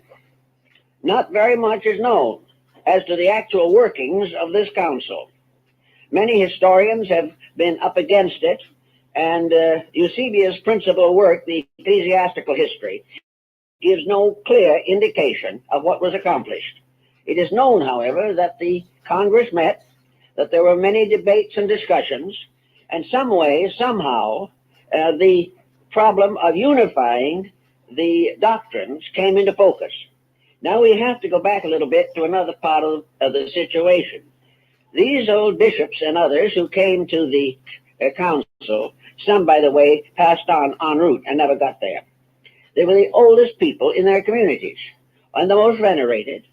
And in most cases, each one had a doctrine very largely his own. There was no New Testament at that time, but each of the little churches had some kind of a relic which they regarded as very sacred. In most instances, this relic was a book, or a part of one, or a few pages of one, or a few lines of one. It was never read. It was wrapped in cloth or silk or some precious substance, placed in an ark, and concealed in an opening in the altar. There it remained generation after generation, worshipped but not read. Against this situation, there were a number of traveling priests and bishops who wandered up and down the countryside, visiting these small churches. These visitors brought with them the news of the great Christian community. They told about world affairs, they told about the various conditions of the churches, and they also recited some parts of Scripture, or some legend, or some story they had heard relating to the life of Christ and his apostles. In this same book of Eusebius, by the way, there are a number of appendices by other early Christian scholars, and one of them is quite interesting. It is a list of the 12 apostles and the 70 disciples of Jesus Christ. This list is all named, numbered, and where they came from. And we know that the 70 has always been very important, but it is not noticed, at first at least, that it occurs in the numbering of the apostles and disciples. In any event now, these various prelates in their little local communities, brought with them, at the imperial request, these fragments of sacred writings which had belonged to them, or transcripts thereof. In some cases, it is believed that the message was brought orally by the representative, who may not have been able to make a transcript. But in any event, all of these ideas were put together. And then all the various records, everything that was brought to Nicaea relating to Gospels and to sacred writings were put together to be considered for the compiling of a Bible. Now, this again is not clear in Eusebius. No one knows how this selection was made, but it was a rather arbitrary one. And certain works were included and certain works were excluded by apparently a system of voting. In any event, at the end of it, these sacred writings were divided into two stacks. Those that were most generally accepted and voted as affirmatively divinely inspired. Those of doubtful origin or rejected works, which were put to the other side. After the decisions had been made, and what we know now as the New Testament had been decided upon, the question is, what happened to the other books? This is a very moot question. Some feel that in all probability they were destroyed. Eusebius, however, does not say they were destroyed. It is quite possible that a number of the delegates went back to their own communities and continued to follow their earlier personal conclusions and convictions, and that the actual decision of the Nicene Council was not followed completely. Out of the Nicene Council, however, there came the first manuscript forms of the Bible. Probably the most famous of these is the Sinaiticus, which was found in the monastery on Mount Sinai. It was for some time the possession of the Russian government and was later purchased by the British Museum. This is not a complete version. Parts are missing because the monks had already begun to throw away the old vellum as waste paper. But most of it was saved, and it is probably one of the most valuable manuscripts in the world. In this, we have the gradually integrating outline of the present form of the New Testament. It was in Greek, and the chances seem to be very good that the writing was actually done in Alexandria. Alexandria was the seat of the first, second, and third important leader of the Christian community, and also an area of scholarship where scribes and translators could be found to do the most difficult works with considerable skill. And now the question arises, what happened to the books that were not accepted? Were they rejected because truly and obviously they were not inspired? Were they rejected by uncertain votes? There is a report that some were partly accepted and partly rejected, and that in some instances those accepted only got in by one vote.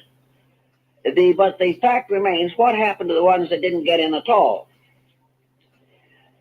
It has been believed that these have to be classified under two general headings. The first is the heading in which surviving works are known. About 30 of the Christian apocryphal and apocalyptical writings are extant. There are a number of fragments also that have been recently discovered. To add to these, perhaps the most important of all sources are the ones referred to by the early fathers prior to the Nicene Council, but never found. There are a number of quotations attributed to Christ and his apostles from Gospels that have never been rediscovered. It is not likely that the early church fathers fabricated these lines or these sections or these statements, but whatever happened, perhaps their sources were destroyed after the Council of Nicaea. In any event, there is probably a considerable group of sacred Christian writings that exist only as names and short quotations in the writings of other church fathers. Some were particularly well informed in this particular area and quoted many writers whom we do not know today. The next problem would be to try to determine the fate of those which did survive in some way. And here we have what we call the Christian Apocrypha. At the present time, approximately 30 books are known, in addition to the more complete scriptures, which in the early printed editions did include some of the books now regarded as dubious. There is also an Old Testament Apocrypha, which we won't be able to touch on today, but part of it, especially the book of Maccabees, was continued in the Old Testament beyond the time of the King James Version. Luther rejected the Apocalypse of John completely, and there's been controversy over many of these books. Actually, in addition to the Apocrypha as we know, there are a number of volumes, and some of the early fathers included among the Christian documents the writings of Valentinus and Basilides, the Gnostics of Alexandria. They were quite justified in doing so, and the recent discovery of the Gnostic library proves that as early as the 4th century, which is the time under consideration, these Gnostic books had many references to the life of Christ, to the ministry, and in the case of the Pistis Sophia, which is certainly of the 3rd to 4th century, there is a detailed section devoted to the instruction given by Jesus to Mary of Magdala. Therefore, many of the Gnostic writings, both the Christian Gnosis and the Jewish Gnosis, do overlap and do definitely have references to the life of Jesus and his teachings. Those that have survived to us under more or less special headings, for the most part, have been decided to be of an optimistic nature by church historians in general. And most of the apocryphal lives of Jesus gave strong emphasis to his childhood, which is comparatively weak in the gospel versions. They also indicate that as a small child he performed numerous miracles, of which one, of course, was the creation of clay pigeons which came to life and flew, and several other similar episodes. Also, it is apparent from these early writings that there is no overshadowing of tragedy in most of them. They do not go into the tragedies of the effort to disseminate the ministry. Among the most interesting probabilities in connection with the apocryphal writing is to consider whether they formed a tone or an underlying quality which the Orthodox theologians were afraid of.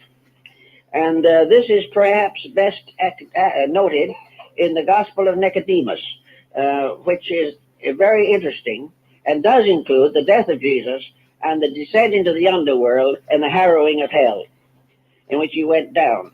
And the discussions between the evil spirits of hell and the Messiah are very curious. But one of the most interesting is that the spirits of evil, speaking of sinners in their domains after death, so that they would be punished until it was time for them to be reborn again into the material world. This probably cost Nicodemus inclusion in the scriptures, because the Orthodox community was too severe on these particular points. There are many other similar interesting episodes and some very controversial ones.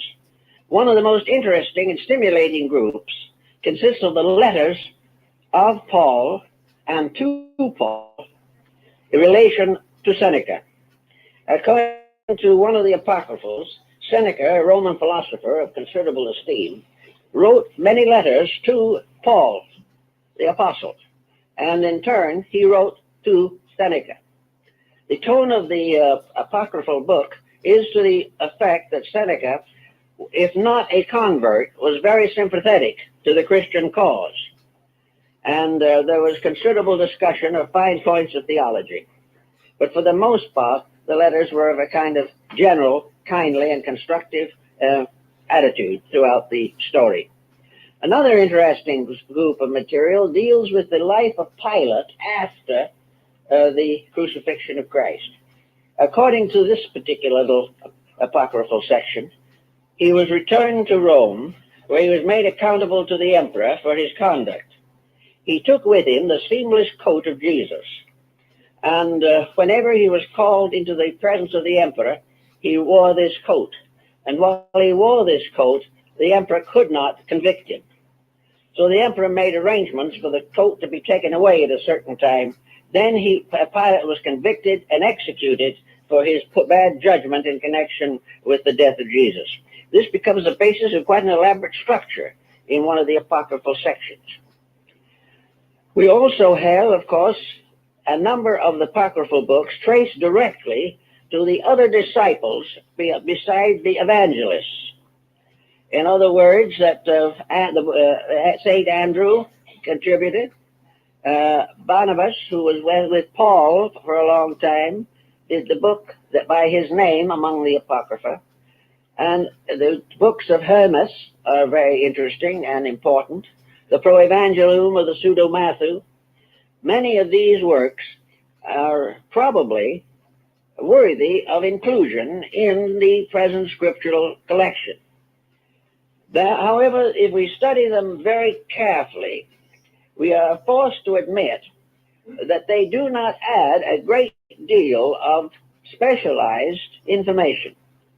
There is a legendary quality about many of them. They, however, nearly always are in conformity with the four Gospels and the Pauline epistles. They represent various extensions or amplifications of some of the ideas in the accepted canon. So we don't find anything that is going to finally solve any major controversy concerning the life of Christ. But we do find abundant evidence to support the major historical events related in the Gospels.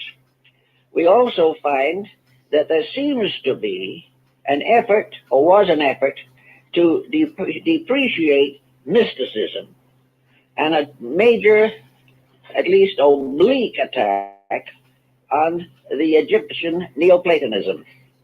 The philosophy side of the Christian doctrine, as it gradually developed through Aquinas and St. Augustine, does not have much bearing in the apocryphal works. They are purely devotional and would appear to be based upon each other in a large degree. They are, however, very interesting and quite important in their contributions to our general knowledge. I think one point that was made by Constantine should be of great interest today. Constantine was by no means an extraordinarily noble character. Constantine was probably interested in Christianity primarily as a means of supporting his control of the empire. He was not a particularly virtuous man. In fact, he was either convicted or accused of a great many rather despicable acts. He was not able to be initiated into the Eleusinian mysteries in his own country because of his bad reputation. But Constantine did have one very interesting remark to make. And it was in about 320 that he made it. And it was a remark that I think is of still a great importance. He said, "Why does this new religion place so much emphasis upon theology and breaks itself into splinters due to its theological differences, when it was evidently intended by the founder, as found in the four Gospels, to improve the moral life of man, to increase his spiritual insight, and to advance the cause of universal brotherhood without consideration for various sectarian differences?" Now, coming from a man who was not baptized practically until his deathbed, this is a very interesting thought. And it seems as though we can take that thought and precipitate it into the history of the Western religions and find how many times antagonism, suffering have been caused by theological differences. Differences which had little or nothing to do with the daily life of a good Christian. So in this time, perhaps, in these difficult days that we are in at the moment, it would be wise for us to recognize what Constantine saw, and several other things that perhaps were shown to him clearly by Eusebius, who was, of course, also responsible for the Nicene Creed, the creed of his own church, little church, which was finally imposed upon all of Christendom. According to Constantine, the unity of a religious group, the unity of religion within an empire or a country is essential. The presence of a religion in a country is absolutely necessary. Now, regardless of how we may view him, he was a practical man. He said, when religion is debased, the government of a nation becomes impossible. That as long as people are divided concerning their belief in God, they are also going to be divided in everything else. Now, these thoughts probably come essentially from Eusebius, who was the mouth for Constantine on his religious matters. But Constantine agreed with them, justified them, and promulgated them, and insisted upon them. He could look back upon the Roman period in which Christians were thrown to the lions in the arena. He had already, long before this, declared religious tolerance throughout the empire. Now he saw that this religious tolerance was permitting individuals to variously distort religion to the advancement of their own conclusions. Constantine, not being a philosopher, not being essentially a mystic, probably had very little insight into the deeper and more subtle values of spiritual conviction.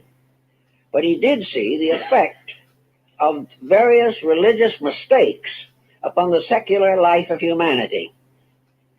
And those who came after him recognize his importance in the great council which he convened, but have paid very little attention to his thoughts about what religion was to be in the life of mankind. It's all summed up in his one major overthought. They needed Christianity in the Roman Empire to hold it together, and all the rest was an expansion of this concept. Now, it is also true that there had already been a considerable amount of conflict, misery, and suffering caused by religious differences within the boundaries of the empire. So what Constantine was anxious to have accomplished was that there be a uniformity of belief, that the Christians were to get together and decide what they believed, for once and for all, and having decided it, lived it. This was the important consideration. So the Nicene Council had its part to play, but at the best as we know it from the records of this, which is, I say, very meager, there is very little indication that the various delegates went back and fulfilled the expectations or hopes of Constantine. They went back to nurse their wounds and bruises, and we had a position very similar to that of a politician today who finds that his constituency no longer agrees with him. They were in this kind of a situation. For 250 years, some of these little churches had followed their own beliefs. 4 or 5 generations of leaders had believed those very same things. The present incumbent believed these very things, but he was supposed to go back to his congregation and say he was wrong. Well, this is hard to do. Politically, it's almost impossible. If you have made a mistake, you defend it at all costs in order to save your own reputation. And this happened in a good many cases. But all in all, there was an improvement. There was a general recognition of the 4 Gospels, and although by the end of the 4th century AD, there probably were not a dozen copies of them in existence, the influence and implications of them through the more advanced clergy was being felt completely throughout the empire. It was a time in which what we know as the beginnings of formal Christianity, and we then moved from the ante-Nicene period to the post-Nicene fathers, who began to expand. The anti-Nicene, those before the Council of Nicaea, were, might we say, apologists. They were trying to get along with a non-Christian environment.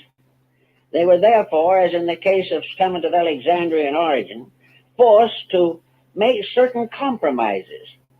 They couldn't really come out and call everybody else wrong. So they were careful to try not to offend everybody.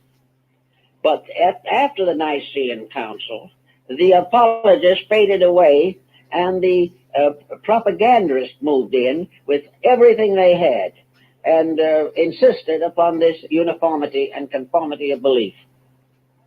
Now, if it is true, as which it looks as though it was, that from the very beginning there was also a stream of mysticism, which perhaps, if we can hazard the thought, was carried along largely by the so-called rejected books. With most of the books no longer in existence, we do not know the full details, but the limited quotations, the small fragments that have come down to us in the writings of the church fathers, who were able probably to trace the originals, would indicate that there was a definite mystical content coming into the Christian faith at a comparatively early date. The apocryphal books, particularly those dealing with the life of Christ, also indicate a greater use of miracles, many wonderful happenings that have never gotten into the Orthodox Gospels, strange circumstances, natural phenomena, and all kinds of mysterious, mystical, almost magical elements. And it is probably because of these inclusions that many of the books were rejected for nonconformity.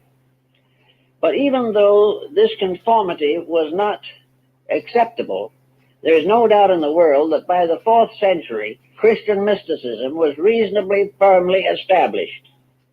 It was based upon one essential point, namely the possibility of interpreting various statements of the scriptures in a metaphysical manner. That while all things had their literal forms, it was quite possible that these literalisms were symbolical of something else, that everything was not to be taken literally. So most of the early fathers expected everyone to take these ideas literally. But as time went on, even before Nicaea, there is a strong evidence that in Egypt and in Athens, there was a metaphysical element coming in. And this metaphysical element was probably preserved in the Gospels most completely in the letters of Paul to the Corinthians. Here we have a considerable statement of a mysticism which also occurs in other of the Pauline writings which are now regarded as apocryphal. So we have the rise of a Christian mysticism. We also find that gradually the church accepted this. It accepted the possibility of a mystical experience in itself. And gradually, the canonization of prominent church fathers depended on one of two factors, either martyrdom, which was the larger one, or a mysterious mystical experience of communion with deity. These two were the basic elements which contributed to canonization. Now, Christian mysticism has come down to us today. It has come down to us within the Catholic Church and also within the Protestant churches. In both of these communions, the mysticism has been largely censored by the doctrines of the sectarian itself. But in spite of this, a constantly increasing mysticism is evident. Now, one of the reasons why mysticism comes in is because with the passing of time and the changes of history, literalism loses dignity. Today, things that were accepted without question 100, 200 years ago are simply no longer tolerated. Interpretations that are completely literal have run against scientific, philosophical, and theological objections. So we have a tendency, which began in the very early time, to interpret all of the essential principles of religion in a mystical manner. This is also justified by the actual words of Christ himself. For he tells it on one occasion that if they destroy the temple, he will rebuild it in 3 days. And someone said he means the temple of his own body. And this is an example of the departure from a literalism to an idealism that was compatible with the gradual advancement and unfoldment of human understanding. We also find that throughout the apocryphal books, there are to be found a number of apocalyptical experiences of beings lifted up into communion with deity. The only one of these books that survived in the Holy Scripture is the Apocalypse attributed to John. But there was one by Peter, there was one by Paul, there were several others by other disciples, and some by early church fathers. These experiences seem to be an effort to recognize the spirituality of the universe. In the days of the Egyptians and the Greeks, the idea of a physical universe with nothing but a physical foundation was unthinkable. And even the fathers of astronomy, Ptolemy of Alexandria, for example, recognized the idea that the physical universe was the shadow of a spiritual world. It was something cast upon the face of nature, which had its origin in a divine purpose or a divine plan. So the most of the apocalyptical visions found in the apostles and in the commentaries and the apocryphal works were based upon a system or concept of astronomy which had developed in Greece and Egypt and in Chaldea. We also realize that the apocalypse is very similar in its structure to the Muslim vision of the ascent of Muhammad into heaven. The idea is found also in the Kabbalah and in the early mysticism of the Jewish Kabbalists. In any event, the whole concept was, in all of these works, that the universe was a spiritual reality, that the physical forms that it existed were symbols, evidences of something greater than themselves. The point of view that the universe was created out of nothing was held for a time by the early church, but gradually relaxed away, because it was simply not possible to assume that something comes from nothing. But in any event, the main theme of the situation was represented by John in the Apocalypse, is that life is a spiritual mystery, that religion is the recognition of the reality of things unseen, that man himself is a spiritual factor moving through a spiritual world, but this truth is obscured by the restrictions of his own sensory perceptions.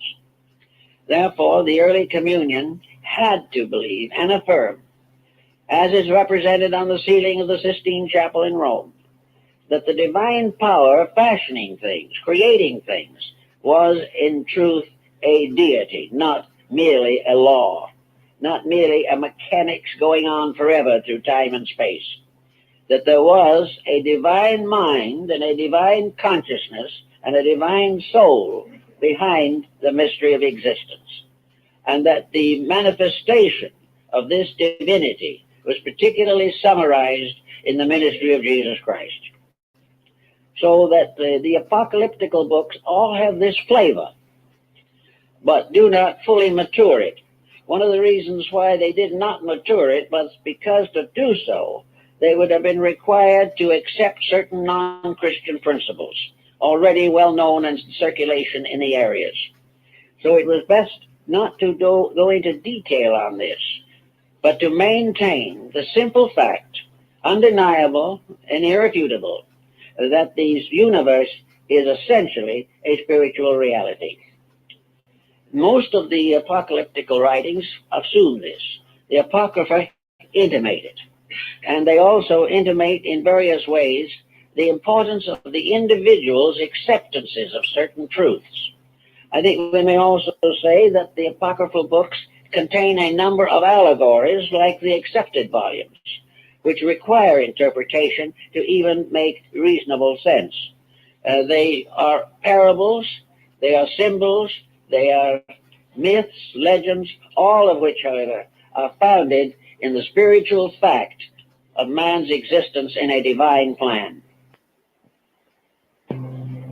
Now today there's another kind of controversy that has arisen, which is no longer relating either to the accepted gospels or the possibility of enlargement through apocryphal means.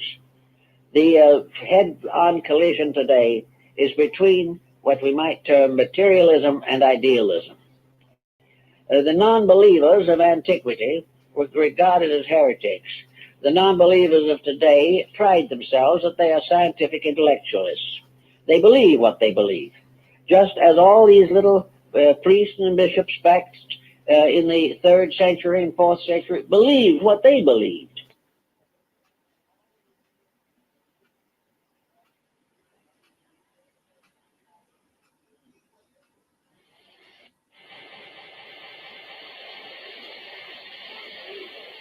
Non-believers of antiquity were regarded as heretics. The non-believers of today pride themselves that they are scientific intellectualists. They believe what they believe, just as all these little priests and bishops back in the 3rd century and 4th century believed what they believed. It is a series of believings, and the Apocalypse of John and the apocryphal writings together both challenge these acceptances of things in common circulation, but without any foundation in essential realities. Even in the times of Origen and St. Athanasius, there was a certain misgiving about the acceptances of the past in its orthodox form, that because something had always been believed did not make it infallible. It was only infallible if it was true, and it was very difficult to prove or justify some of the prevailing beliefs which were holding control of public minds even in the 3rd and 4th century. Today we have another head-on problem, but we have not yet developed a Constantine to handle it. And this problem is simply that a world divided between belief and unbelief is in a very serious condition, because it provides the grounds for all kinds of fanaticism, terrorism, and disillusionment in every area of life. Constantine liked to believe and more or less affirmed the fact that these differences are simply relatively unimportant, that the only things that are important are the unities, the things which are generally accepted. Constanza, the daughter of Constantine, finally convinced Arius to come into some kind of a compromise decision with Alexander. And perhaps it was her charm, or perhaps it was her piety, for she was a Christian, that finally an arrangement of arbitration was achieved. But in this arbitration, it was never consummated because Arius died in Constantinople while on his way to be restored to his official dignities. This was the end of the one heresy, but it was the parent of many heresies that go on all the way through, not only the Christian faith, but most of the religions of the world. Every religion has had a council at somewhere along the line to try to straighten out its problems. And these problems are all based upon the lack of evidence that is generally acceptable concerning divine matters. To find an agreement between persons of different convictions, different ages, different races, different nations, these differences, how to reconcile them? Well, there's only one way that we have found up to date now in connection with this type of problem, and that is tolerance. The individual must recognize the rights of other people to believe according to their own beliefs. It is also very much more important to challenge the individual on the level of conduct, because there he can prove or disprove the integrity of his convictions. He may believe what he pleases, but his religion is revealed by what he does in action. And there can be no doubt that on this ground a compatibility is possible. If we judge a person by his merits alone, we can then have some confidence in his creed. The American Indian took this attitude completely. He never questioned the religion of a stranger. All he did was watch. And if the conduct was good, the stranger was good. And if he was good, the thing he believed had to be good. So that in this way, a lot of controversy was eliminated. Again, today we have the same problem that the Nicene Fathers faced, and namely that there are a large number of schismatic fragments of all the religions that break away on some point of difference. Constantine thought most of these points of difference were rather unrealistic, and that others would not be solvable by the human mind. That some things had to be accepted by faith, and by faith alone. And that if faith was strong, the individual was strengthened. If his faith was weakened, his morality collapses. So it is faith, but which must take the place of knowledge in the study of the ultimates. The ultimate nature of deity, the ultimate purpose for the world, the ultimate end of man. These situations can be verbalized into more or less parables or simplifications, but the facts are beyond human conception. And these facts are not necessary. Man never needs to know more than he can reasonably learn in order to live as well as he can reasonably be expected to live. So from that time on to here, we find this long shadow of an old problem that is being more or less born again. This year, the world has many people with good ideals, with high hopes and severe and conscientious principles. And yet the great bodies of mankind, both religious and secular, have not been properly reconciled. Unless they are reconciled, they cannot lead the way to a world peace or a universal enlightenment. Education has certain advantages over theology because it deals mostly with things which can be demonstrated up to a certain point. And education generally quietly neglects or denies that which it cannot reach. But today, the struggle between materialism and idealism, it goes on because of the failure of human beings to sit down together and attempt the reconciliation of their differences. Perhaps the nearest thing we have today to the Council of Nicaea is the United Nations organization. And the delegates thereto are very much like the bishops of the 4th century. Most of them are writing letters criticizing each other. But the fact, man, is true that something must be done to reconcile the common differences of mankind. And among these differences, there is a violence. There is a tyranny of attitudes. There is an unwillingness to arbitrate. There is a determination to live or die on a certain point or condition. In most cases, the elements involved are not especially valuable. When I was in New York a number of years ago, I gave a series of lectures in a building there, which was devoted very largely to philosophical discussions of one kind or another. And I learned while there that two very important sects of philosophical thinkers had wanted to use the facilities of this building. They had wanted to have the right to hold their own meetings there. But in both cases, it was understood that they could not possibly do it if the other group was admitted. Even if it was a different day, a different place, a different time, if one was admitted, the other would refuse to come. And that was in the recent years. So this type of thing is slowly breaking down. There are evidences that it is becoming somewhat better. And there are now groups that are able to get together who had no common ground 50 years ago. But the great problem still remains. The 4 or 5 great religions of the world all have essentially the same teachings.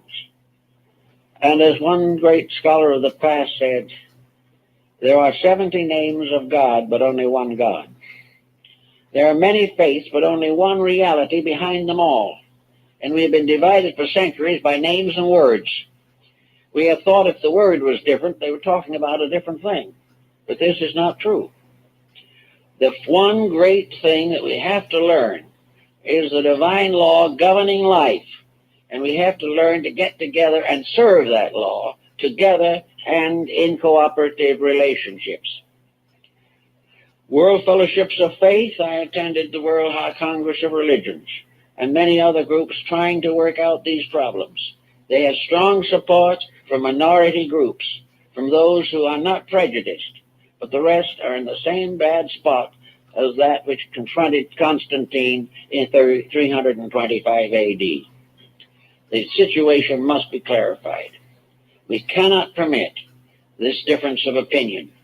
We cannot permit any unreasonable, unfair condemnation of an individual on a principle which does not involve ethics or morality or integrity. Integrity we may demand. Ethics we may hope for. We may hope for honesty and consecration and sincerity. But we cannot expect complete agreement unless we broaden the foundation, enlarge the structure until it is inclusively possible to get everything into it.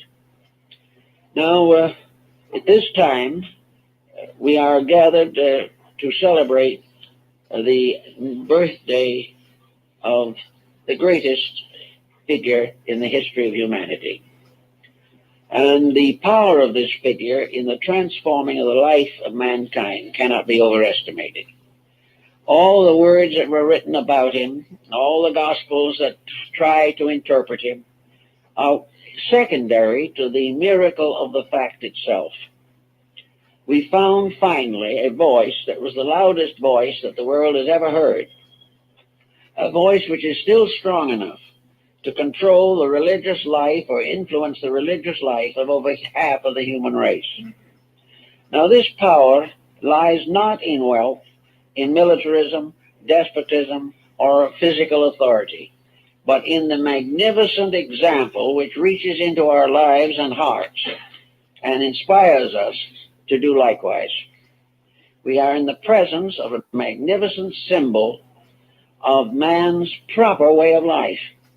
The constant recognition of loving one another, of serving truth, of sacrificing self for the common good, and for the recognition of the divine in all of its manifestations in all the areas of experience and phenomena.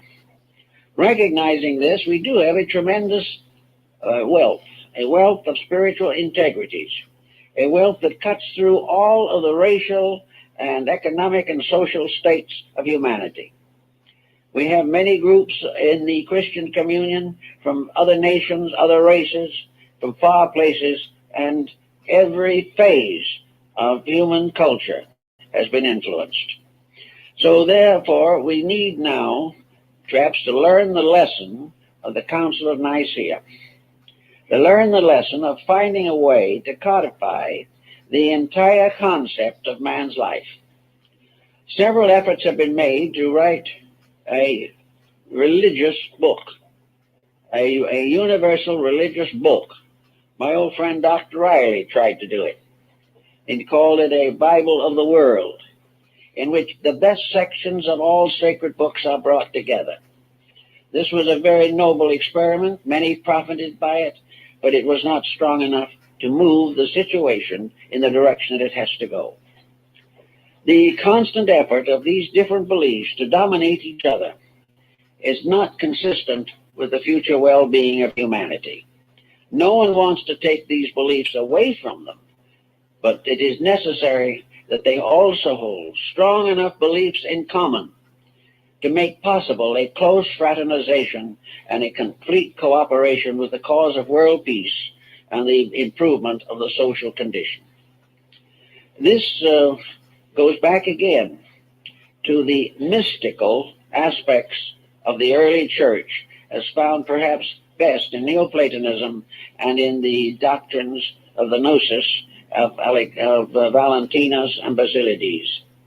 These recognized a great chemistry, a kind of alchemy, and the alchemist had it. That was the transformation of human nature. The old beliefs of the mystics, both Christian and non-Christian, have descended into Europe through the great teachings of men like Bami and Paracelsus and Lully and other great leaders of mystical thought. A deeper meaning that the real problem is the transmutation of human nature, and that the formation or universal reformation of humanity is the only solution to our problem. This was the original problem